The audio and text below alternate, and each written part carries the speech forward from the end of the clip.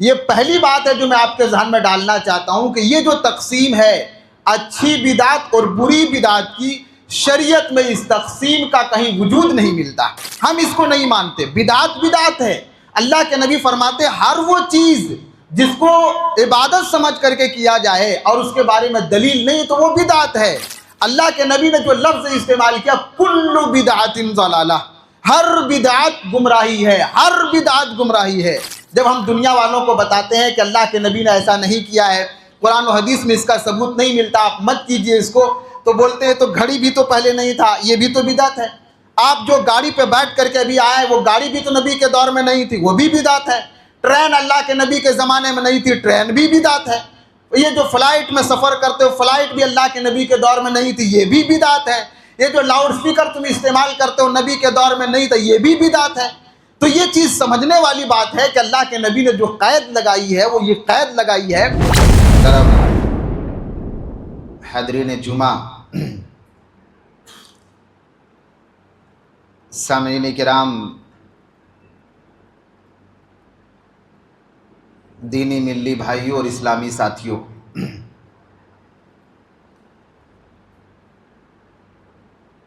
یہ جو دین اسلام ہے، جس دین کو ہم لوگ مانتے ہیں، اللہ تبارک و تعالیٰ نے اس دین کو اللہ کے نبی صلی اللہ علیہ وسلم کی زندگی ہی میں مکمل کر دیا، اور یہ دین جب مکمل ہو چکا ہے تو اس کا لازمی مطلب یہ کہ اس دین میں اب اضافہ کرنے کی کوئی گنجائش نہیں ہے۔ ہم اپنی طرف سے اس دین کے اندر کسی بات کو ایڈ نہیں کر سکتے، اضافہ نہیں کر سکتے، اور اگر کوئی انسان اس دین کے اندر اپنی طرف سے کچھ اضافہ کرتا ہے، کچھ اس دین کے اندر بڑھانے کی کوشش کرتا ہے، اور اس دین کے اندر کوئی چیز کو اپنی طرف سے دین بنانے کی کوشش کرتا ہے، تو اسی کو قرآن و حدیث کی زبان میں بدعت کہا جاتا ہے۔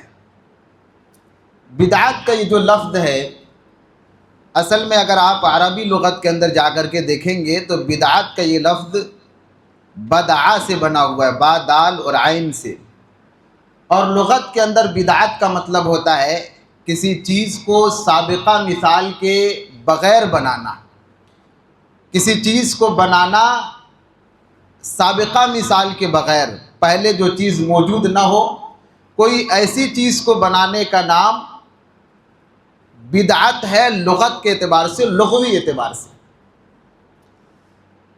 ایک بنانا ہوتا ہے کہ آلریڈی ایک سامان پہلے سے موجود ہے، آدمی نے اس کو دیکھا اور دیکھ کر کے اس کو کاپی کر کے بنا لیا۔ عربک لغت کے اندر اس کو بدعت نہیں بولتے۔ عربک لغت کے اندر کوئی ایسی چیز کو بنانا جو پہلے موجود نہ ہو، سابقہ مثال اور اگزامپل کے بغیر کسی چیز کو وجود میں لانا، کسی چیز کو ایجاد کرنا، اس کو بدعت کہا جاتا ہے لغت میں۔ اسی سے قرآن میں اللہ کے لیے ایک لفظ استعمال ہوا، بدیع السماوات والارض۔ اللہ تبارک و تعالیٰ نے زمین و آسمان کو بنایا ہے، اور ظاہر سی بات ہے زمین و آسمان کو اللہ تبارک و تعالیٰ نے سابقہ مثالوں کے بغیر بنایا۔ اس سے پہلے زمین و آسمان کے بنائے جانے سے پہلے زمین و آسمان جیسی کوئی چیز دنیا کے اندر موجود نہیں تھی۔ اللہ تبارک و تعالیٰ نے سابقہ مثال کے بغیر اللہ نے زمین و آسمان کو بنایا، اسی لیے بدیع کا لفظ اللہ کے لیے استعمال ہوا ہے۔ قرآن و حدیث کا مطالعہ کریں گے یا شریعت کی زبان میں جائیں گے کہ یہ جو بدعت کا لفظ ہے، بدعت کا کیا مطلب ہوتا ہے۔ شیخ ابن عثیمین رحمۃ اللہ علیہ بدعت کی تعریف کرتے ہوئے کہتے ہیں کل عقیدۃ، ہر وہ عقیدہ، او قول، یا ہر وہ قول، او عمل، یا ہر وہ عمل، یتعبد للہ، جس کے ذریعہ سے اللہ کی عبادت کیا جائے، جو اللہ کے لیے انجام دیا جائے اور شریعت میں اس کے بارے میں دلیل موجود نہ ہو، اس کو بدعت کہا جاتا ہے۔ بدعت کا مطلب ہر وہ چیز جو انسان اپنی زبان سے بولتا ہے، یا ہر وہ عمل جو ایک انسان کرتا ہے، عبادت سمجھ کر کے کرتا ہے، اور شریعت میں قرآن و حدیث میں اس کے بارے میں ایویڈنس اور دلیل موجود نہ ہو، اس کو بدعت کہا جاتا ہے۔ بدعت کا یہ آسان معنی ہے، ہم سب لوگ جانتے ہیں کہ دین کے نام پر، شریعت کے نام پر اور عبادت کے نام پر کسی چیز کو انجام دینا، کسی چیز کو عبادت کی نیت سے کرنا، کسی چیز کو ثواب سمجھ کر کے کرنا اور قرآن و حدیث میں اس کے بارے میں اصل موجود نہ ہو اور کوئی دلیل موجود نہ ہو تو اس کو کہا جاتا ہے بدعت۔ اور یہ جو بدعت ہے یہ عقیدے میں بھی ہو سکتا ہے کوئی چیز ایک انسان دل سے مانتا ہو یا کوئی عقیدہ اس کا ہو لیکن قرآن و حدیث میں اس کے بارے میں دلیل موجود نہ ہو۔ یہ قول بھی ہو سکتا ہے، زبان سے بھی ایک انسان کسی چیز کو عبادت کے طور پر بولتا ہے، وظیفہ بول کر کے بہت ساری چیزوں کو وہ انجام دیتا ہے، قرآن و حدیث میں دلیل موجود نہیں ہے، اس کو بھی بدعت کہا جائے گا۔ عمل بہت سارے کام انسان کرتا ہے عبادت سمجھ کر کے، دین سمجھ کر کے، اور اس کے بارے میں قرآن و حدیث میں دلیل موجود نہ ہو تو اس کو بھی بدعت کہا جاتا ہے۔ یہ جو بدعت ہے قرآن و حدیث میں جس کے بارے میں دلیل موجود نہ ہو اس کو بدعت کہا جاتا ہے۔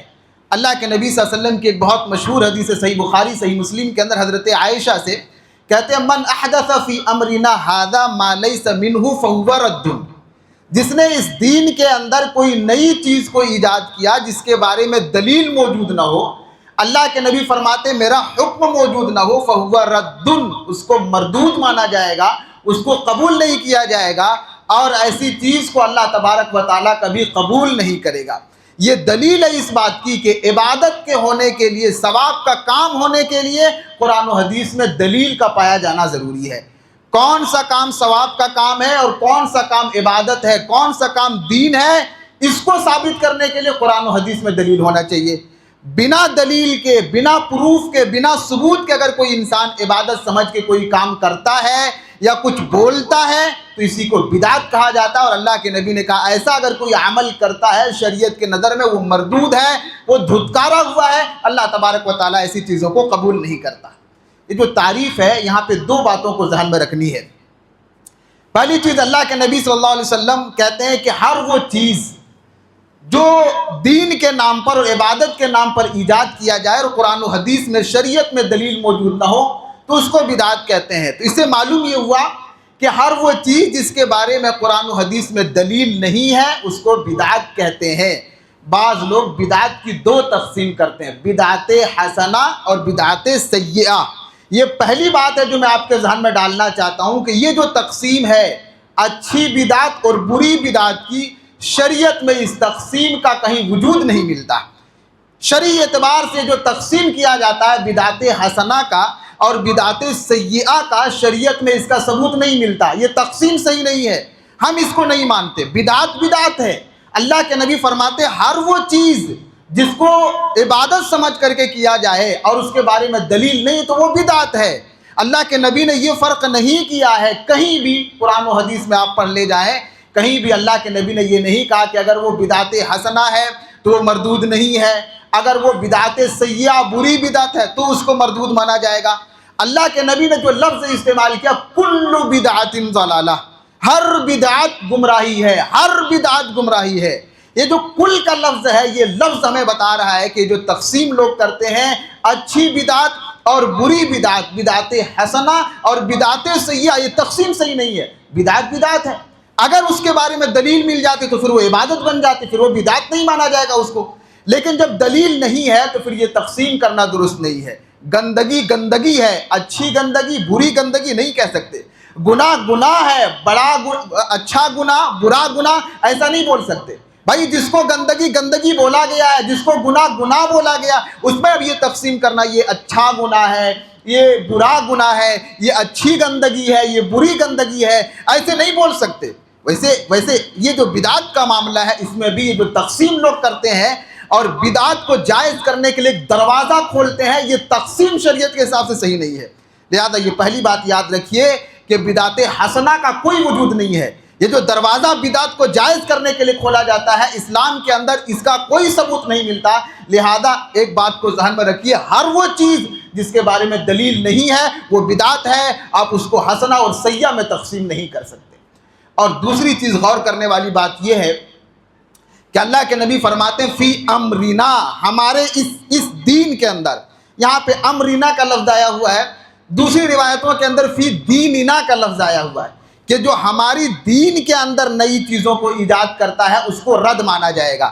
اس سے معلوم یہ ہوا کہ بدعت کو بدعت اسی وقت بولا جائے گا جب اس کا تعلق دین سے ہوگا۔ بدعت کا تعلق دین سے ہوتا ہے، دنیا سے نہیں ہوتا۔ یہ دوسری چیز ہے جو اپنے ذہن کے اندر آپ بٹھائیے اور اس کو سمجھنے کی کوشش کیجیے۔ جب ہم دنیا والوں کو بتاتے ہیں کہ اللہ کے نبی نے ایسا نہیں کیا ہے، قرآن و حدیث میں اس کا ثبوت نہیں ملتا، آپ مت کیجیے اس کو، تو بولتے ہیں تو گھڑی بھی تو پہلے نہیں تھا، یہ بھی تو بدعت ہے۔ آپ جو گاڑی پہ بیٹھ کر کے ابھی آئے، وہ گاڑی بھی تو نبی کے دور میں نہیں تھی، وہ بھی بدعت ہے۔ ٹرین اللہ کے نبی کے زمانے میں نہیں تھی، ٹرین بھی بدعت ہے۔ یہ جو فلائٹ میں سفر کرتے ہو، فلائٹ بھی اللہ کے نبی کے دور میں نہیں تھی، یہ بھی بدعت ہے۔ یہ جو لاؤڈ اسپیکر تم استعمال کرتے ہو، نبی کے دور میں نہیں تھا، یہ بھی بدعت ہے۔ تو یہ چیز سمجھنے والی بات ہے کہ اللہ کے نبی نے جو قید لگائی ہے، وہ یہ قید لگائی ہے کہ جو اس دین کے اندر عبادت کے نام پر اگر کسی نئی چیز کو ایجاد کرتا ہے، اس کو بدعت کہا جاتا ہے۔ دنیا کا معاملہ ہے، دنیا کے معاملے میں اس کو لاگو نہیں کیا جائے گا۔ اگر کوئی انسان عبادت سمجھ کر کے، دین سمجھ کر کے کسی چیز کو ایجاد کرتا ہے، اس کو بدعت کہتے ہیں۔ دنیا کے معاملے میں کسی چیز کو بنانا، ایجاد کرنا، اس کو استعمال کرنا، اس کو نہیں کہا جاتا بدعت۔ یہ فرق ذہن کے اندر رکھیے۔ دنیا کی جتنی ساری چیزیں اس کو استعمال کرنا، اس کو بنانا، یہ بدعت کے زمرے میں نہیں آتا۔ بدعت کی تعریف ہم یہ کرتے ہیں کہ دین کے اندر عبادت سمجھ کر کے کسی چیز کو ایجاد کرنا، بنانا، اس کو بدعت کہا جاتا ہے۔ ہم یہ نہیں بولتے کہ ہم یہ لاؤڈ اسپیکر استعمال کر رہے ہیں، ہم کو ثواب مل رہا ہے، اللہ تعالیٰ ہم سے خوش ہو رہے ہیں۔ ہم یہ نہیں بولتے اپنی اسکوٹی پہ ہم بیٹھ کر کے آئے، اسکوٹی پہ بیٹھنا بہت ثواب کا کام ہے۔ ہم یہ نہیں بولتے کہ ٹرین پر بیٹھ کر کے ہم جا رہے ہیں، ٹرین پہ بیٹھنا بہت ثواب کا کام ہے۔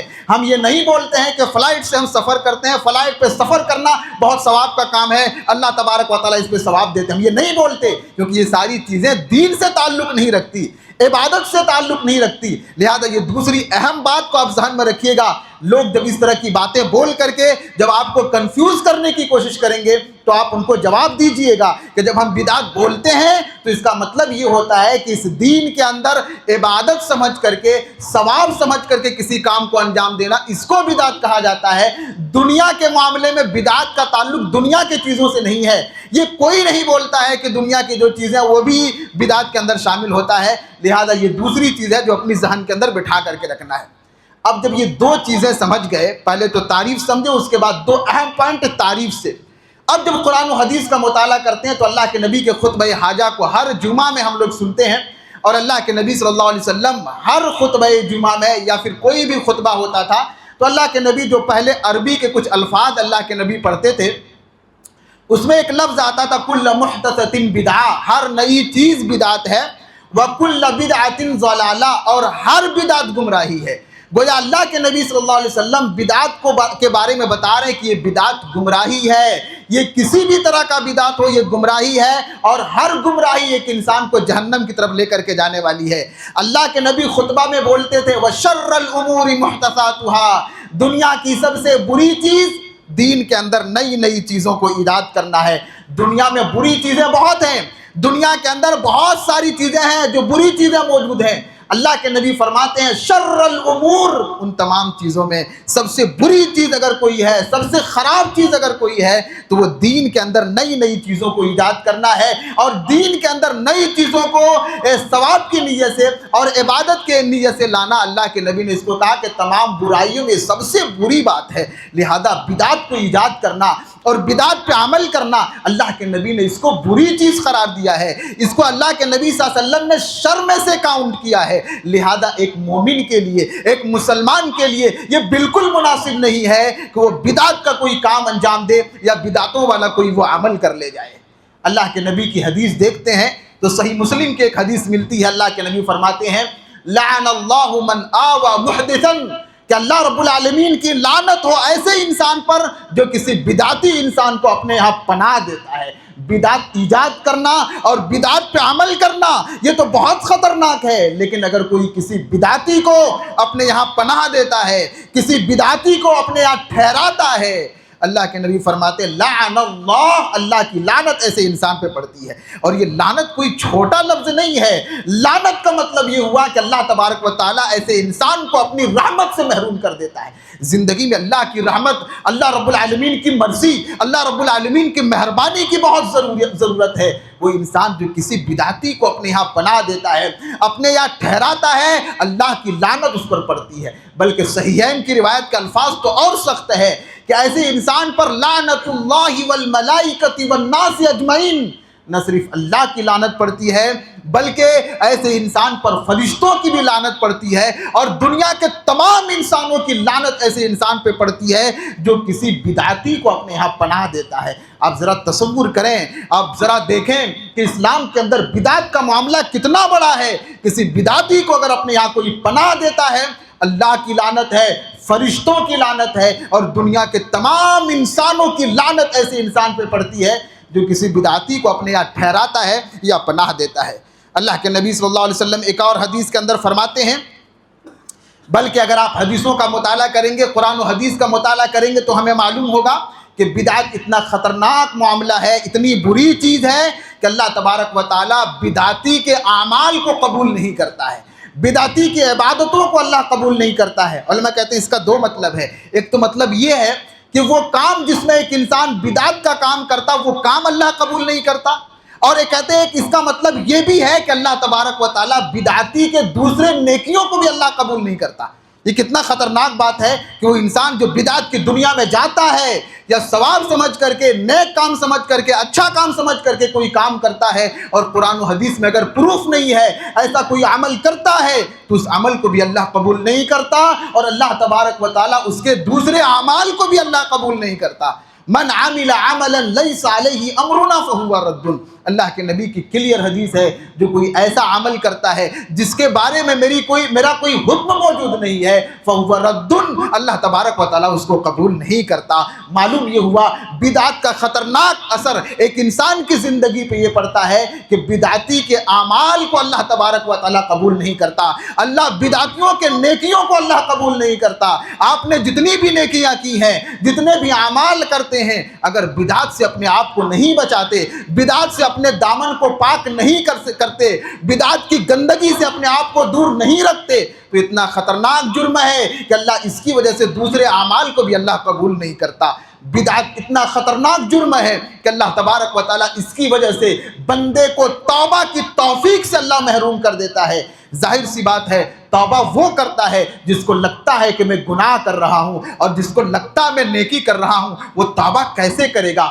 بدعت کا سب سے خطرناک انجام یہی، اور سب سے خطرناک بات یہی کہ ایک انسان گناہ بھی کر رہا ہے، نافرمانی بھی کر رہا ہے، اور سوچ رہا ہے کہ میں اللہ کو راضی کرنے والا کام کر رہا ہوں۔ کتنی بڑی بات ہے! ایک انسان گناہ کرتا ہے، گناہ کرتے ہوئے سوچتا ہے یہ غلط ہو رہا ہے، وہ آج نہیں تو کل وہ توبہ کرے گا۔ لیکن ایک انسان اگر یہ سوچ کے گناہ کرتا ہے کہ میں نیک کام کر رہا ہوں، میں اللہ کو راضی کر رہا ہوں، ذرا بتائیں وہ بندہ کبھی توبہ کرے گا؟ وہ بندہ کبھی توبہ کے قریب جائے گا؟ کبھی وہ اللہ رب العالمین کے سامنے پچھتائے گا؟ وہ تو سوچ رہا ہے کہ میں تو اچھا کام کر رہا ہوں، میں تو نیک کام کر رہا ہوں۔ لہذا بدعت کا ایک بڑا نقصان یہ کہ اللہ تبارک و تعالیٰ ایسے انسان کو توبہ سے محروم کرتا ہے، اللہ توبہ کی توفیق نہیں دیتا، اللہ توبہ سے ایسے بندے کو محروم کرتا ہے۔ اسی لیے سفیان ثوری کا ایک بڑا پیارا سا قول ہے کہ البدعۃ احب الی ابلیس من المعصیہ، ابلیس کو گناہ سے زیادہ بندے کا بدعت کرنا پسند ہے۔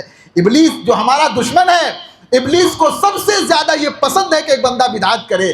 ایک انسان گناہ کر رہا ہے، ایک انسان بدعت کر رہا ہے، ابلیس کو بدعت کرنے والا بندہ زیادہ پسند ہے، کیونکہ ابلیس کو بھی معلوم ہے کہ جو انسان گناہ کرے گا وہ توبہ کرے گا، لیکن جو بدعت کو انجام دے گا پھر وہ توبہ نہیں کرتا۔ کیوں توبہ کرے گا؟ وہ اس کو تو لگ رہا ہے میں نیک کام کر رہا ہوں۔ لہذا یہ بڑی خطرناک بات ہے، اور یہ بڑی ڈینجر بات ہے کہ آپ گناہ بھی کر رہے ہیں اور آپ کے دل میں یہ بیٹھا ہوا میں نیک کام کر رہا ہوں، اور ایسے انسان کو پھر توبہ کی توفیق نہیں ملتی ہے۔ لہذا ابلیس کو بھی یہ زیادہ پسند ہے کہ ایک انسان بدعت والا کام کرے۔ لہذا بدعت کتنا خطرناک ہے آپ اس سے اندازہ کر سکتے ہیں۔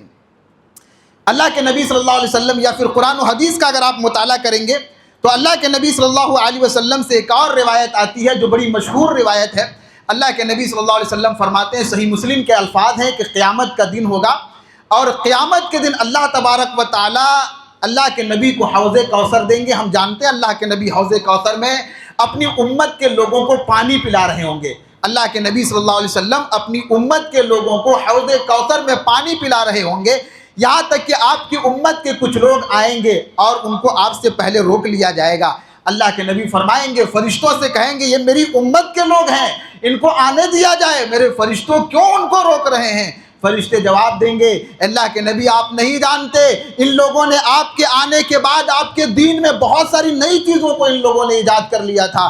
اے نبی آپ کو خبر نہیں، جب آپ دنیا چھوڑ کر کے آئے یہی لوگ ہیں جن لوگوں نے آپ کے دین میں اضافہ کیا ہے، آپ کے دین میں بڑھوتری کیا ہے، آپ کے دین میں ایسے ایسے کاموں کو ان لوگوں نے انجام دیا ہے جس کا ثبوت نہیں ملتا۔ اللہ کے نبی یہ لفظ سننے کے بعد، یہ جملہ سننے کے بعد اللہ کے نبی فرمائیں گے فسحقاً فسحقاً لمن غیر آبادی، میری نظروں سے ایسے بندے کو ہٹا دو جس نے میرے آنے کے بعد میرے دین کو بدل دیا، میرے دین میں نئی نئی چیزوں کو ایجاد کیا۔ آپ دیکھیے بدعت کا کتنا خطرناک انجام ہے کہ قیامت کے دن اللہ کے نبی صلی اللہ علیہ وسلم کا حوض کوثر جو اسپیشل حوض کوثر ہوگا، وہ پانی جو بہت خاص پانی ہوگا، اور بعض علماء نے بیان کیا ہے یہ حوض کوثر کا معاملہ پل صراط کو گزارنے کے بعد کیا جائے گا۔ ایک انسان جب پل صراط کو پار کرے گا وہ تھکا ہوگا، وہ پریشان ہوگا، اس کو پیاس لگی ہوگی، ایسے عالم میں اللہ کے نبی نعمت کے طور پر حوض کوثر میں کھڑے ہوں گے اور اپنی امت کے لوگوں کو پانی پلا رہے ہوں گے۔ اور کیا منظر اللہ کے نبی نے بیان کیا ہے، جو ایک مرتبہ پی لے گا کبھی بھی زندگی میں اس کو پیاس نہیں لگے گی۔ احلا من العسل، اللہ تبارک و تعالیٰ نے وہ جو حوض کوثر رکھا ہے وہ شہد سے زیادہ میٹھا ہے، دودھ سے زیادہ سفید ہے، اور آسمان کے ستاروں جیسے انگنت اللہ رب العالمین نے اس کے اندر برتن اللہ رب العالمین نے رکھے ہیں۔ وہ حوض کوثر کے پاس ایک بدعتی انسان جب وہاں پہ جائے گا پل صراط کو گزارنے کے بعد وہ تھکا ہوگا، وہ پریشان ہوگا، اور پریشانی کے عالم میں جب وہاں پہ جائے گا ان کو روک لیا جائے گا، ان کو نبی کے قریب نہیں جانے دی جائے گی۔ اور جب اللہ کے نبی بولیں گے کیا مسئلہ ہے، یہ تو میری امت کے لوگ ہیں، یہ میرے ماننے والے ہیں، اللہ کے نبی کو بتایا جائے گا یہ آپ کی امت کے لوگ ہیں، لیکن جب آپ اس دنیا کو چھوڑ کر کے آ گئے تھے ان لوگوں نے اتنا گھناؤنا حرکت کیا ہے کہ آپ کے دین کو ان لوگوں نے بدلنے کی کوشش کیا ہے، آپ کے آنے کے بعد ان لوگوں نے بدعت کو ایجاد کیا ہے۔ اور جب اللہ کے نبی یہ لفظ سنیں گے کہ میرے مرنے کے بعد ان لوگوں نے بدعت کا کام کیا ہے، میرے مرنے کے بعد میرے دین کو ان لوگوں نے بدلنے کی کوشش کیا ہے، اللہ کے نبی جب یہ جملہ سنیں گے اللہ کے نبی غصے سے لال ہو جائیں گے اور کہیں گے سوقن سوقن، بھگاؤ ایسے انسان کو میرے پاس سے، بھگاؤ ایسے انسان کو میرے پاس سے، یہ میرا ماننے والا نہیں ہو سکتا ہے، یہ میری امت کا انسان نہیں ہو سکتا ہے۔ لمن غیر آبادی، جنہوں نے میرے آنے کے بعد میرے دین کو بدل دیا، یہ میرا ماننے والا نہیں ہو سکتا، یہ میرا محب نہیں ہو سکتا کہ میرے دین کو بدل دے اور میرے دین کو بدلنے کی کوشش کرے اور اس کو اللہ کے نبی اور حوض کوثر سے اس کو محروم کر دیا جائے گا۔ یہ معاملہ کتنا بڑا معاملہ ہے۔ اگر کوئی بدعت کا کام کرتا ہے، کوئی ایسا کام کرتا ہے جس کا ثبوت قرآن و حدیث میں نہیں ہے، حوض کوثر سے محروم کر دیا جائے گا، نبی کے پاس ایسے انسان کو نہیں آنے دیا جائے گا۔ اللہ کے نبی غصے کا اظہار کریں گے کہ ان کو بھگاؤ میرے پاس سے، یہ میرے قریب نہیں آ سکتے۔ یہ چھوٹا معاملہ ہے کیا؟ اگر کوئی انسان کوئی ایسا کام کرتا ہے جس کا ثبوت نہیں ہے، امام مالک رحمۃ اللہ علیہ کا قول ہے، امام مالک کہتے ہیں فقط زعم ان محمد خان الرسالہ، اگر کوئی ایسا مانتا ہے اور دین میں بدعت کا کوئی کام کرتا ہے گویا وہ محمد الرسول اللہ پہ الزام لگاتا ہے کہ محمد الرسول اللہ نے شریعت کو مکمل نہیں کیا تھا۔ ایک نبی کا چاہنے والا، ایک نبی سے محبت کرنے والا، ایک نبی کے لیے اپنی جان کو قربان کرنے والا یہ کبھی مان سکتا ہے کہ میرے نبی نے دین کو مکمل نہیں پہنچایا تھا، میرے نبی نے خیانت کر دیا تھا؟ ایسا کوئی مان سکتا ہے کیا؟ وہ انسان جو بدعت کرتا ہے اور بدعت کے کام کرتا ہے گویا وہ اللہ کے نبی پہ الزام لگاتا ہے کہ نبی نے دین کو مکمل نہیں کیا تھا۔ آج ہم دین کو مکمل کر رہے ہیں اور دین کا یہ کام اللہ کے نبی نے چھوڑ دیا تھا، آج ہم اس کو مکمل کر رہے ہیں۔ یہ کتنا خطرناک بات ہے اور کتنی بری بات ہے۔ اسی لیے حضرت سعید بن مسیب رحمۃ اللہ علیہ سید التابعین ہے، ایک مرتبہ مسجد میں بیٹھے ہوئے تھے، ایک آدمی آتا ہے اور اس کے بعد فجر کی نماز پڑھتا ہے، اور فجر کی نماز پڑھنے کے بعد وہ 2 رکعت کی جگہ 4 رکعت وہ سنت پڑھنے لگتا ہے۔ ظاہر سی بات ہے، مسئلہ ہم لوگ جانتے ہیں، اگر فجر سے پہلے کی سنت چھوٹ گئی ہے، ایک انسان نماز کے بعد فرض کے بعد ادا کر سکتا ہے، وہ بندہ سنت چھوٹنے کے بعد، نماز ختم ہو جانے کے بعد وہ بندہ 2 کی جگہ 4 پڑھ رہا تھا، سعید ابن مسیب نے کہا یہ جو تم نے ابھی کیا ہے اللہ تبارک و تعالیٰ تم کو اس پر عذاب دیں گے۔ وہ چونک جاتا ہے کہ اللہ تبارک و تعالیٰ مجھے نماز پڑھنے پر عذاب دیں گے۔ آج بھی لوگوں کو جب بتایا جاتا ہے تو ان کا جواب برا کیا ہے، ہم تو نماز ہی پڑھ رہے ہیں، برا کیا ہے، یہ تو قرآن ہی پڑھ رہے ہیں، ہم فاتحہ سورۃ الفاتحہ ہی پڑھ رہے ہیں، اس میں برا کیا ہے؟ اس سعید ابن مسیب نے کہا کہ برا یہ ہے کہ اللہ تبارک و تعالیٰ تمہیں نماز پڑھنے کی وجہ سے عذاب نہیں دے گا، تم نے نبی کی مخالفت کی ہے اور جو نبی نے طریقہ بتایا ہے اس طریقے کو تم نے چھوڑا ہے، اس لیے اللہ تبارک و تعالیٰ تمہیں عذاب دے گا اور اس لیے تمہیں اللہ تبارک و تعالیٰ عذاب میں داخل کرے گا۔ امام مالک کے پاس ایک بندہ آیا اور اس نے آ کر کے کہا کہ میں احرام کہاں سے باندھوں؟ امام مالک نے کہا نبی کی سنت یہ ہے تم یہاں سے احرام باندھ سکتے ہو۔ اس نے کہا نہیں میں یہاں سے باندھوں گا، اس میں حرج کیا ہے، یہ کوئی غلط بات تو نہیں ہے۔ امام مالک نے کہا کہ تم نے بات ایسی کی ہے اور ایسی بات کر دی ہے کہ اس بات کو سننے کے بعد ہو سکتا ہے اللہ رب العالمین کا آسمان پھٹ جائے۔ میں تمہیں بتا رہا ہوں کہ نبی نے ایسا کیا ہے اور تم کہتے ہو حرج کیا ہے، نبی کے سنت کو توڑنے میں حرج کیا ہے، نبی کے خلاف جانے میں حرج کیا ہے؟ تم یہ پوچھتے ہو، یہ اتنی بڑی بات ہے، اتنی خطرناک بات ہے کہ اس بات کو سننے کے بعد اللہ تبارک و تعالیٰ اپنے آسمان کو گرا دے، آسمان پھٹ جائے، یہ چھوٹی بات نہیں ہے۔ لہذا ہر وہ چیز جس کا ثبوت نہیں ہے آپ ان کو بول رہے ہیں اس میں حرج کیا ہے، ہم نماز ہی پڑھتے تو ہیں، نماز ہی کا تو اہتمام کرتے ہیں، حرج ہے اور حرج اس لیے ہے کہ جس چیز کو میرے نبی نے نہیں کہا ہے، جس بات کو اللہ نے نہیں کہا ہے آپ ایسی چیز کا اضافہ کر رہے ہیں اور یہ خطرناک بات ہے۔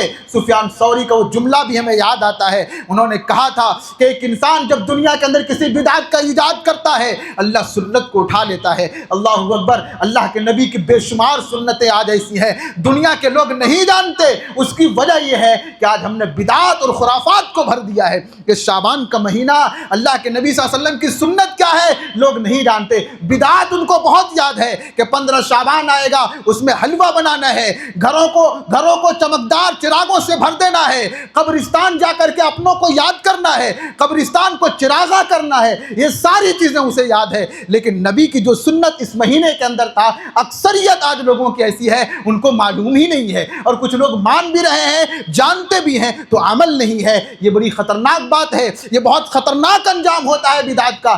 جب بدعت کا ایجاد ہوتا ہے اور جب بدعت کو رواج دیا جاتا ہے تو اللہ تبارک و تعالیٰ سنت کو مٹاتا ہے۔ آج دیکھیے سنتوں پہ عمل کرنے والے، سنت کے شیدائی، سنت پہ اپنی جانوں کو قربان کرنے والے بہت کم آپ کو ملیں گے، اس کے مقابلے میں بدعت کرنے والے بہت ملیں گے۔ آج معاملہ ایسا ہو گیا ہے، آپ سنت پہ عمل کیجئے، لوگ ایسی نظروں سے دیکھتے ہیں جیسے کسی اور دنیا کی ہم بات کرتے ہیں۔ ہم جب دنیا والوں کو بتاتے ہیں نبی کی یہ سنت ہے، آج سنت کا معاملہ اللہ تبارک و تعالیٰ نے اتنا اٹھا لیا ہے کہ وہ ایسی نظروں سے دیکھتے ہیں جیسے ہم کوئی اجنبی والی بات کرتے ہیں، کوئی الگ بات ان کو بتا رہے ہیں۔ لہذا میرے بھائیوں ٹائم ختم ہوا، پیغام یہ ہے کہ بدعت بہت خطرناک چیز ہے۔ آپ کوئی بھی چیز عبادت سمجھ کر کے اور ثواب سمجھ کر کے کر رہے ہیں تو اس کا پروف آپ کے پاس ہونا چاہیے، قرآن میں دلیل ہونی چاہیے، اللہ کے نبی صلی اللہ علیہ وسلم سے ثابت ہونا چاہیے۔ اگر ثابت ہے تو الحمدللہ وہ ثواب کا کام ہے، وہ عبادت ہے، اگر ثابت نہیں ہے تو اسی کو بدعت کہتے ہیں،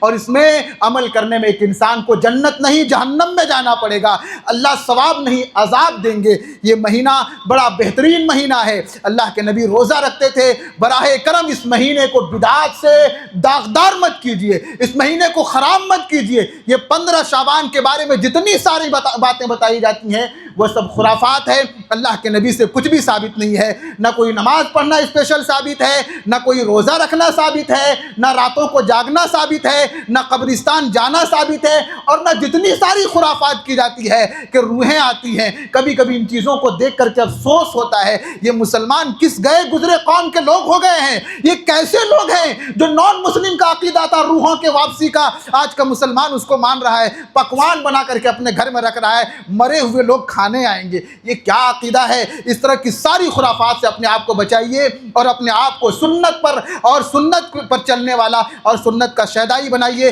سنت کے مطابق زندگی گزارنے والا بنائیے۔ اللہ تبارک و تعالیٰ سے دعا کرتے ہیں کہ اللہ تعالیٰ ہم تمام لوگوں کو ان باتوں کو سننے، سمجھنے، اپنے دل کے اندر بٹھانے اور عمل کرنے کی توفیق دے۔ آمین، تقبل یا رب۔